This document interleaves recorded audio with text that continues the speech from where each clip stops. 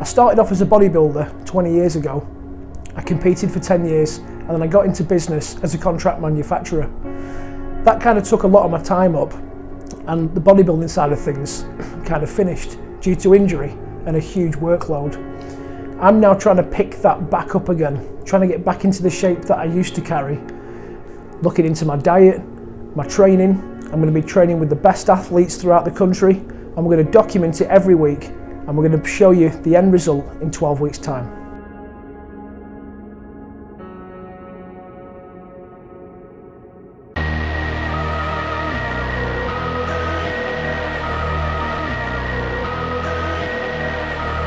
Yes, my man. How's it going?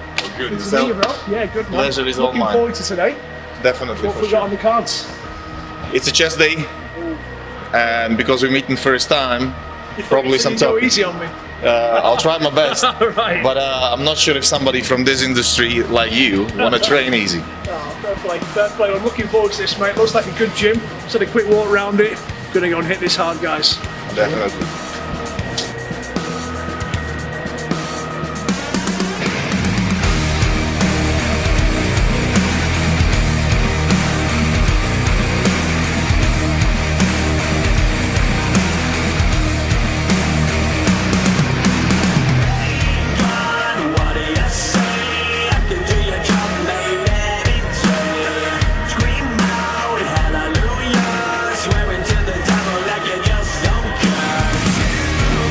Cool. Obviously, we're not going to be training here today, but I usually come and train legs, back and chest in this gym, because obviously you see what's going on. The equipment is great. He bought this equipment from a Prophecy Gym in Liverpool. Okay, Yeah, from Nathan the Asher. Yep. So obviously it's like a, let's say, a second-hand Prophecy Gym. Yeah. But we're gonna be moving over in there, where we're gonna be doing most of the work for chest, like dumbbell chest presses, whatever, and then obviously downstairs to finish off for the cables. Sounds good. This guy is one of the most genuine guys I know. Always willing to help people. Just a lovely, humble guy. So much I learn from him, looking at his videos and his posts. And I compete myself in bodybuilding. I'm a competitor. And for anyone out there who's looking for some advice and help, this guy is genuine, and I'm proud to call him my friend. This was not planned.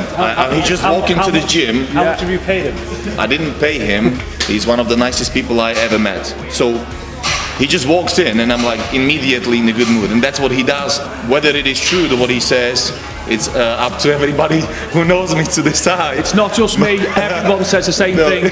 He's definitely one of my favorite people in the world, yeah. So I wish everybody would be like Lee, and the world would be a better place. I'm just I'm funny with the benches. That's what it is with me, because I suffer with lordosis and scoliosis, which I have inherited. I'm very picky with stable benches, stable seats, certain type of dumbbells. It's not because I'm a picky person, it's because I have to, okay? I am warmed up. Now I'm gonna show Kirk some of what I do for my warm-up. Yep. This is my good old resistant band. It's what I do. I use this every single day, up to 3 times per day. So let's say, for example, in the morning, after cardio, as soon as I get home and I'm all warm, I use this for like a shoulder circuit. So I do 360. Start here. Make sure this is a really solid resistance. You'll probably see when Kirk will try. Yeah, and then circuit all around. This improves the shoulder mobility significantly. I used to be really tight in the chest, and I had really bad shoulders. I'm not saying they are great now, but they are definitely much better than they were. Such a simple exercise like this, let's say 3 times 10 or 3 times 12 in the morning, and then before every upper body workout, every single time. Little thing makes wonders. You'll see what I mean by resistance. See that? I didn't think it. Let's try that one again. You started like a rat. Something wrong with this. Let me try it again. That's a good start. No. Okay, if that's the case, just yeah. Okay, I prove it. It's prove it. Yeah, I can even like he was on the edge. I can go further. But bear in mind, I was like this to begin with. So let's say I go as close as this, yeah, and I can still do a circuit. Okay? Big guy, mobility is important. So start. I'm gonna try one more time, yeah? Yeah, you can wrap around. Ah, yeah. you see. You see? So basically, you ease into it. Yeah. You know, you can't just jump straight into it. Well, we might be surprised. I'll pick up some 50s and struggle with them, and he will warm up with them. That's what's going to happen. That's what's going to happen, I'm pretty sure. But this is very important.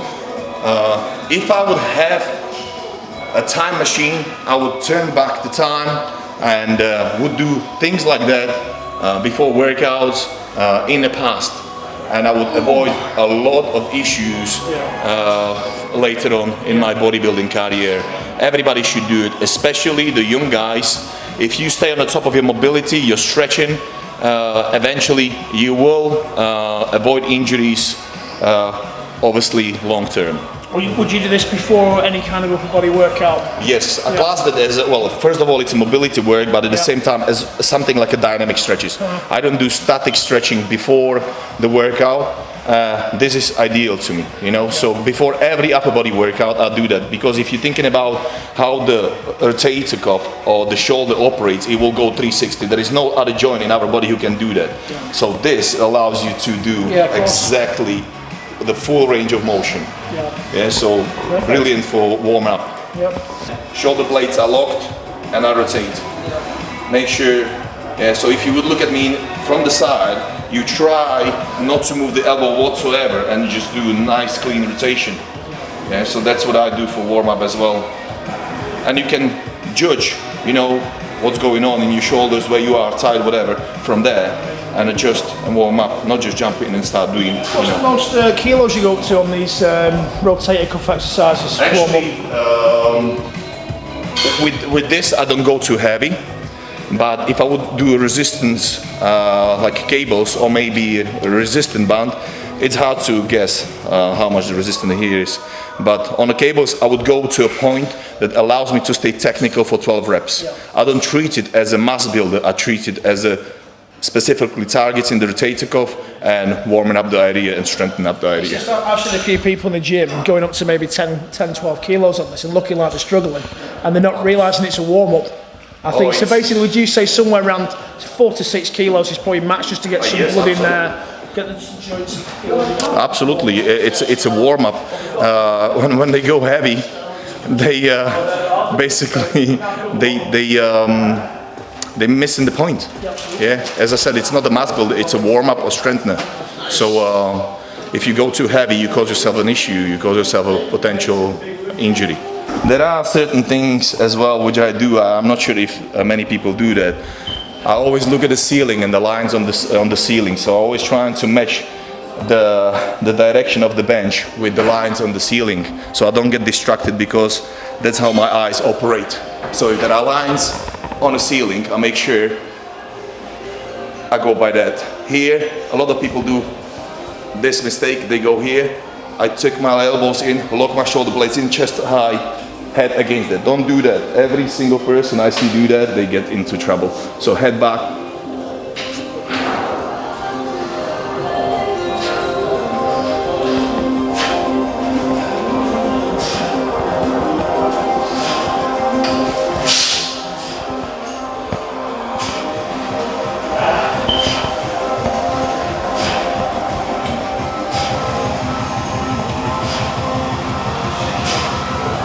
Again, on the negative, you go slow, explosive on the way up. Control, explosive. If you do that, you engage more muscle fiber. Come on. Nice. Even though he failed on the mobility test, he seems to have a nice range of motion and a nice moving pattern.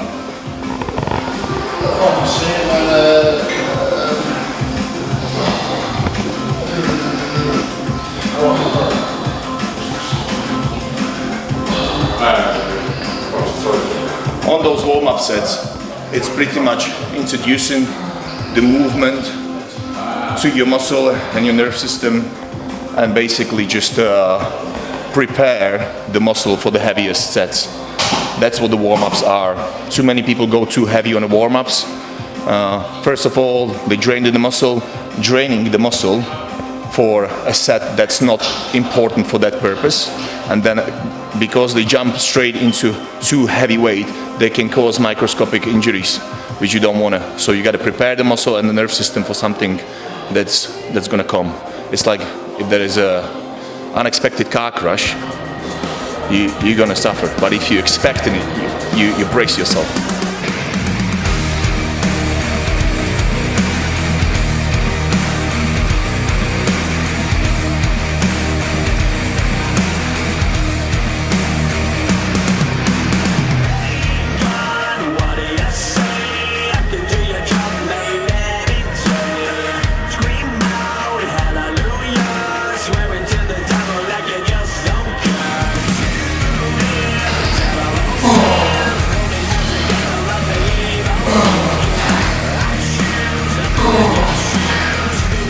When you're doing an exercise, what I noticed with him, he laid a little bit too right side, and you gotta be careful the way you lie on the bench. You gotta make sure you stay in the middle. He's slightly off. Am I slightly off? Yeah. Obviously, it's not so dangerous. However, it's these habits you build up over time. Always make sure you sit, you stabilize, you have a good width in your legs for stability, shoulder blades locked in the bench. Safety comes first, technique is the most important thing.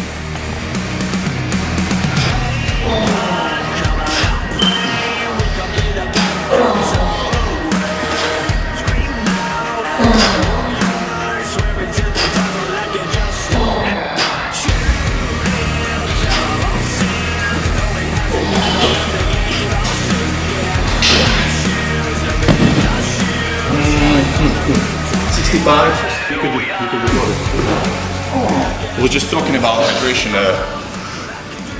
and because we have this product Intrasurgent, which contains isotonic ingredients, which keeps you hydrated during the workout. We're just talking about hydration. That's really important.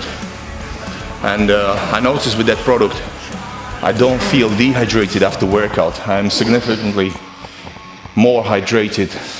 Even though I drink the same amount of fluid, it seems to be staying where it should be staying, rather than just passing through me too fast.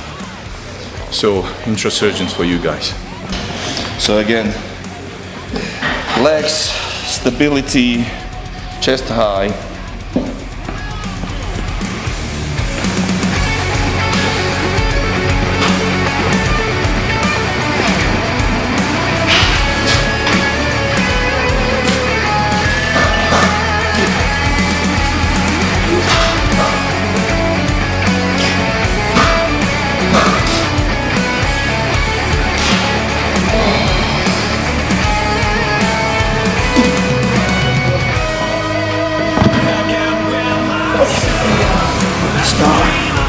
Cheers. This might not work out well for me. Let's give it a go. What you do is... Okay, my legs. Nice. That's it. Let's go.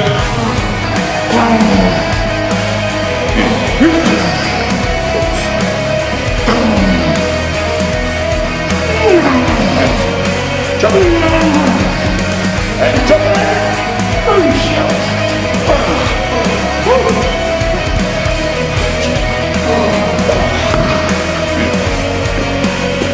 That looks easier than 32. Easy peasy.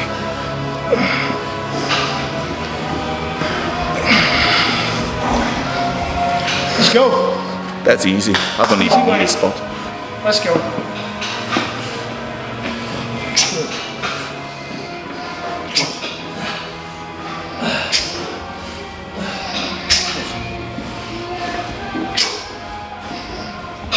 Yep. Yeah. And easy.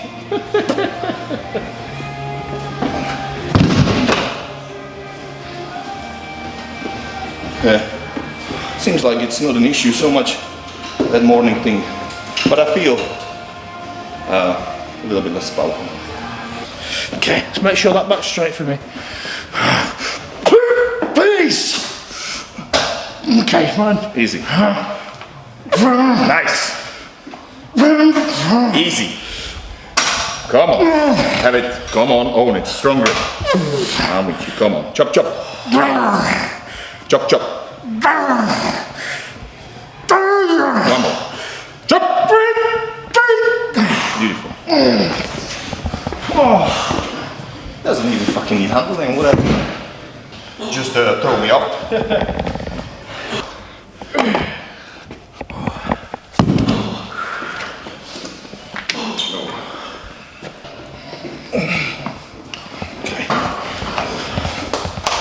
Go. Easy, on my own. Another trick I do is 3 deep breaths through my nose when it comes to the heavier sets. So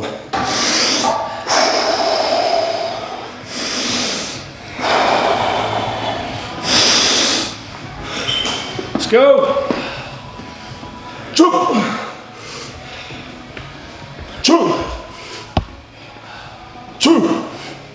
Let's go. Push. Go. Come on. Drive. Good. Good. Come on, let's go. Easy. And again. Drive. Come on, Lucas. Let's go. And again, push. Good. Keep going. Come on, more. Push. Another one. Another one. Drive it up. Push. Good. Nice. Slice me nice. Well, I don't fancy putting these back now. You need to come more.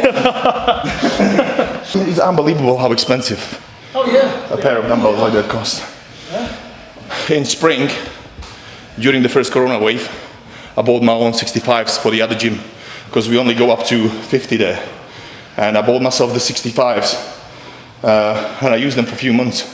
And I sold them lately. They weren't even used, so I sold them for the same price.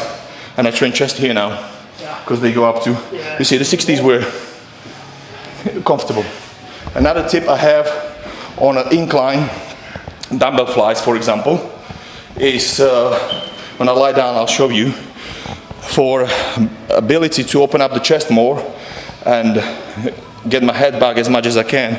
I come, lie down on the bench, and I get my head off the bench. So I'm not like this.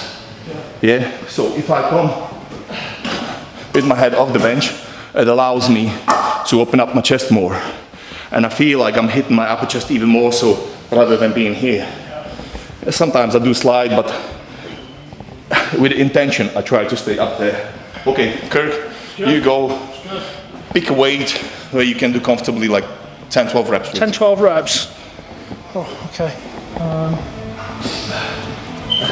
10 to 12 reps. On fly. On flies? Fly. Sorry. I'm seeing you hanging around that corner. Yeah.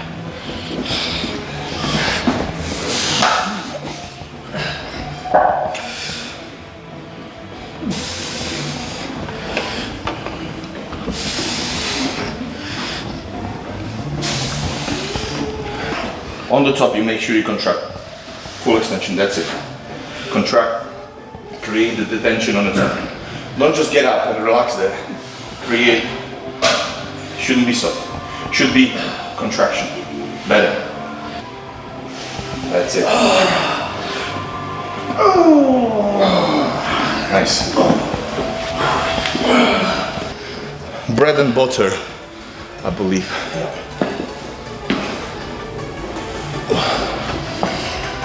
Again, position, legs.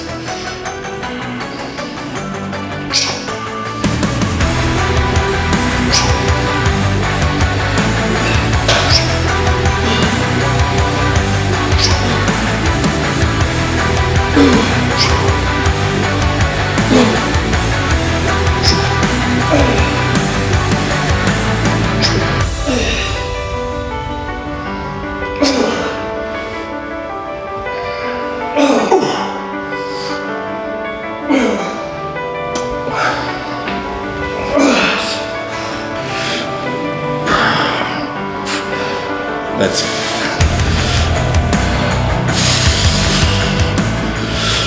Almost perfect. He's got a really nice form. I noticed on the presses and here, really nice form, nice connection between brain and muscle, and you can tell he's been training for so many years because he knows what he's doing.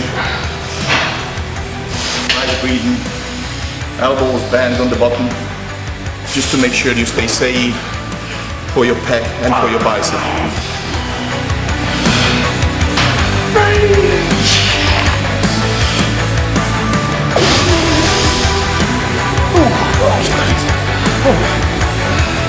Doesn't look like much, no, it's a simple workout, but if you go for it, it works. Every training method, I think, works if you put heart and soul into it. It doesn't matter whether it's machines or free weight or higher reppage or lower reppage. But it's the effort, especially on the working sets.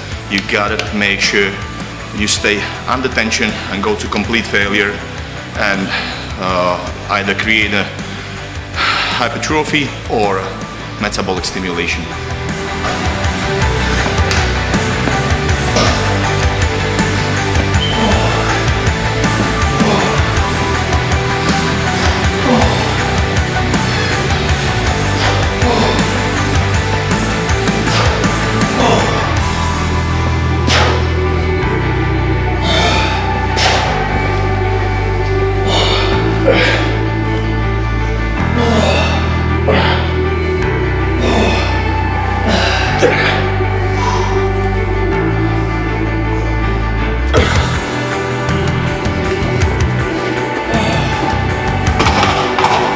Feeling tight, sore.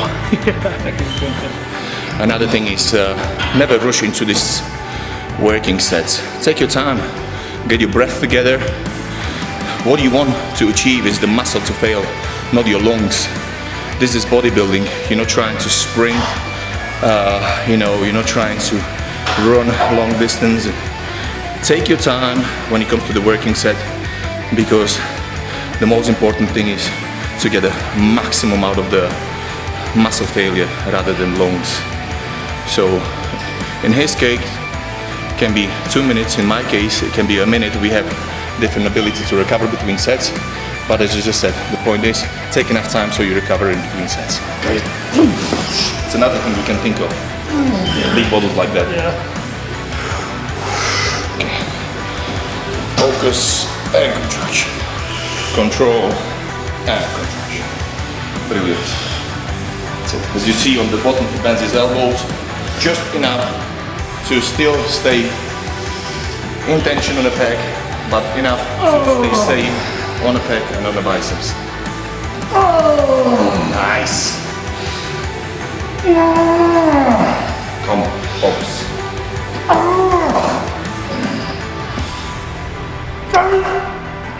One more.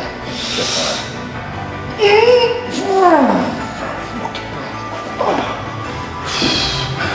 fine. Your shoulder's going high. Focus.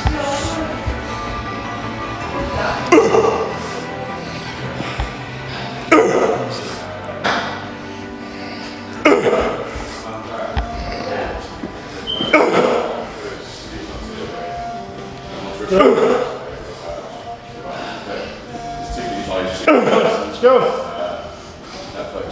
Come on, John. Easy. Come on. Another one. Go. Push. And again. Let's go. Right. Push, push, push, push, push, push, push. Yes. And again. Push. Drive. Good. Oh, fuck. Yes, sir. That's impressive. 40s flies. Good. Strong. Yeah. Make sure, like Arnie used to do flies on the flat bench and his hands were touching the floor. Incredible. That's it. Easy. Beautiful. Strong grip. That helps. Easy.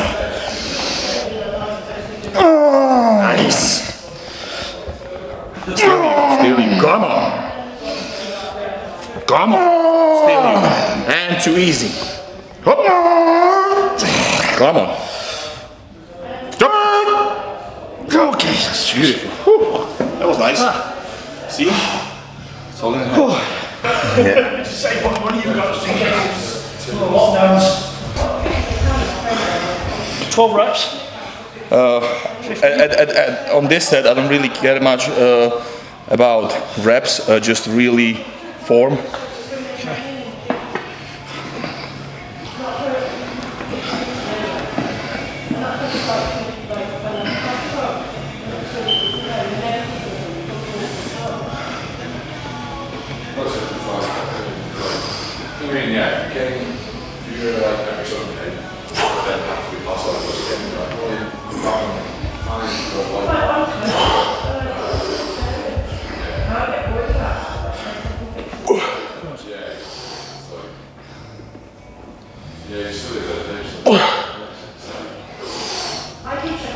Go.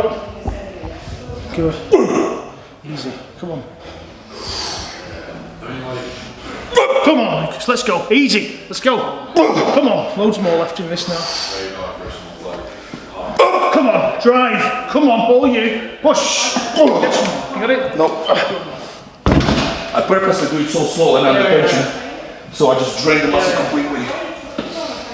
Just different stimulation again. What are you weighing in at now?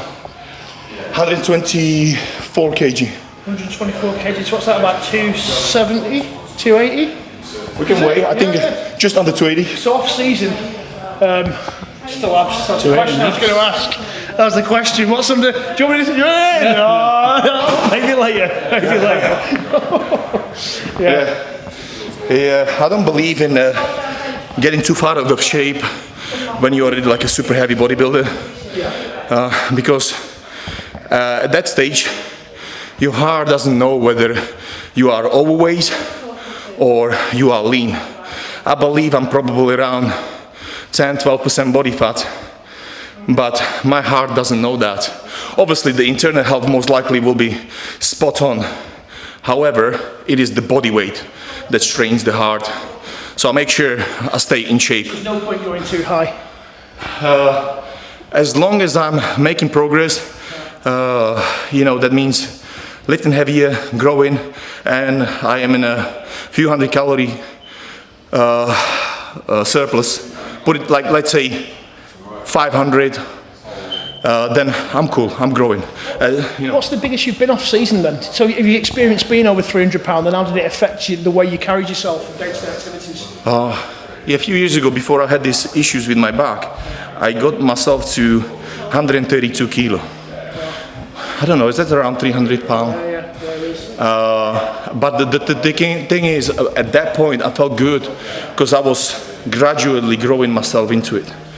And my body had the ability to adapt. The worst thing you can do is increase the body weight too fast. That's what lots of people want to do. Drop too fast, increase too fast. Your body hasn't got the time to adapt. So I had the ability to adapt. It took me, I think, 12 or 13 years to get myself to that body weight, and every year I've gained slowly. So it's like with everything. You see a lot of big bodybuilders, and they still can do splits and handstands and whatever, and you think, how can this guy do that, like Kai Green? Adaptation. So he stayed on the top of his game over and over and over. It's the same with the weight.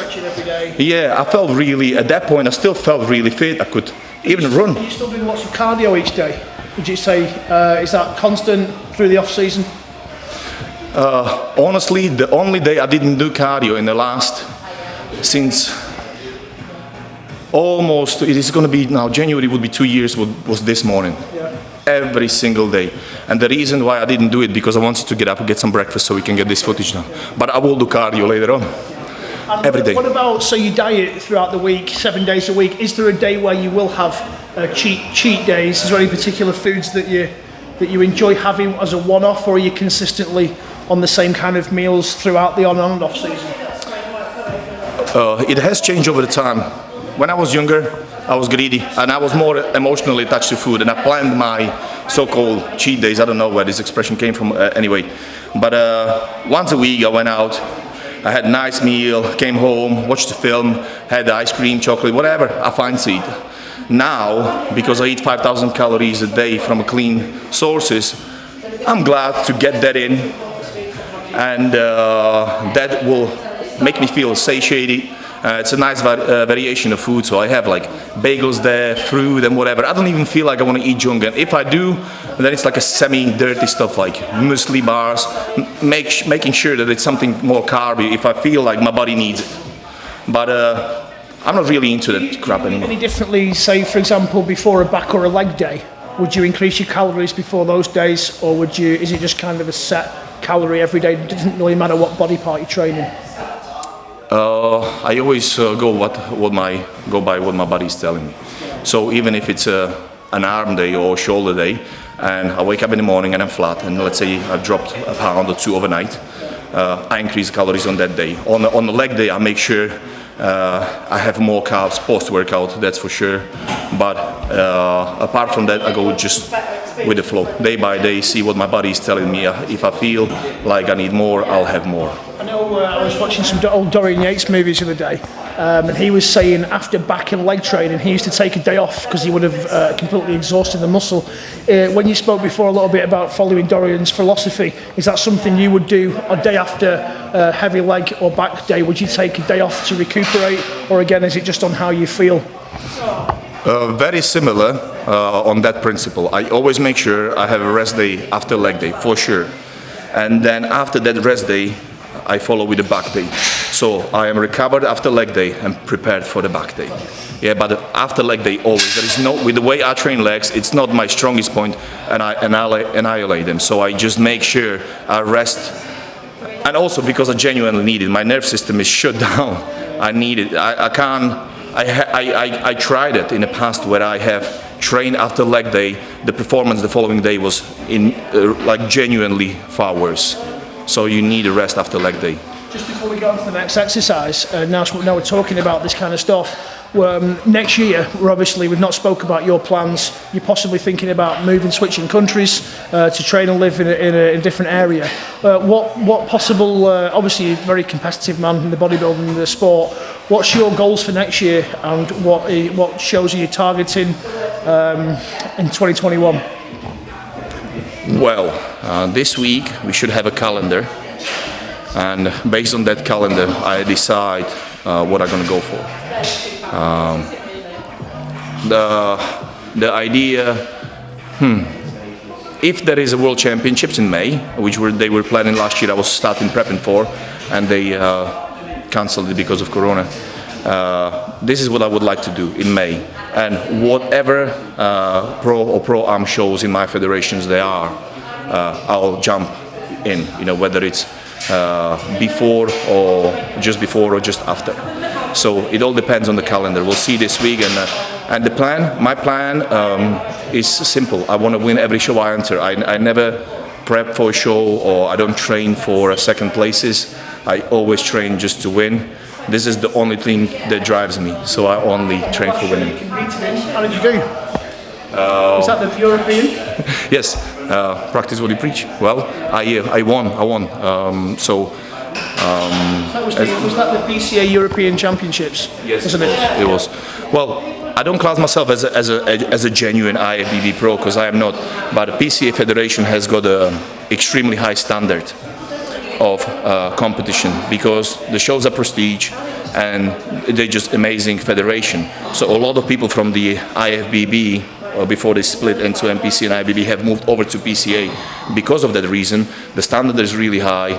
And May prior to that, I competed at the PCA, my first pro show, and I won it.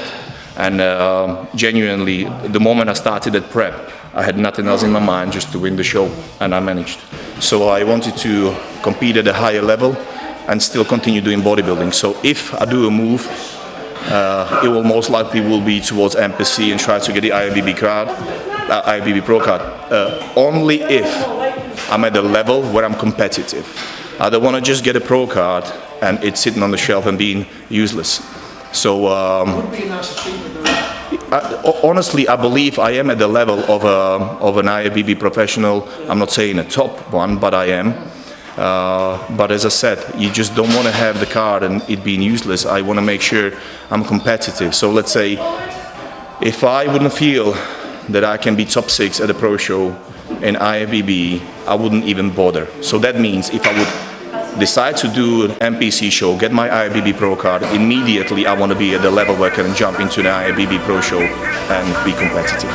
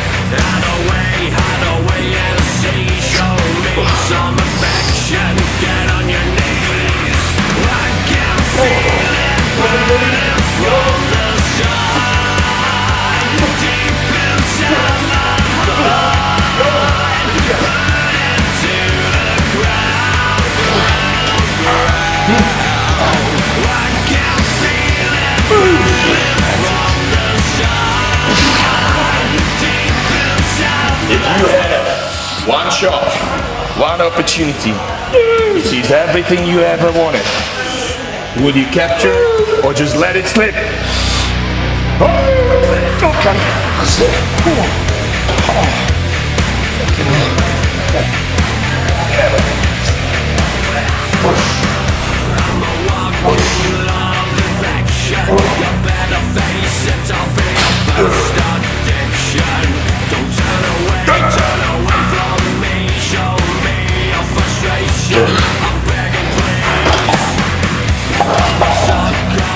I may have shitty fucking mirrors.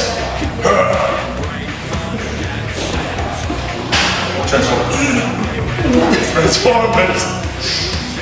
Good. You're looking big, man. That's why I'm big.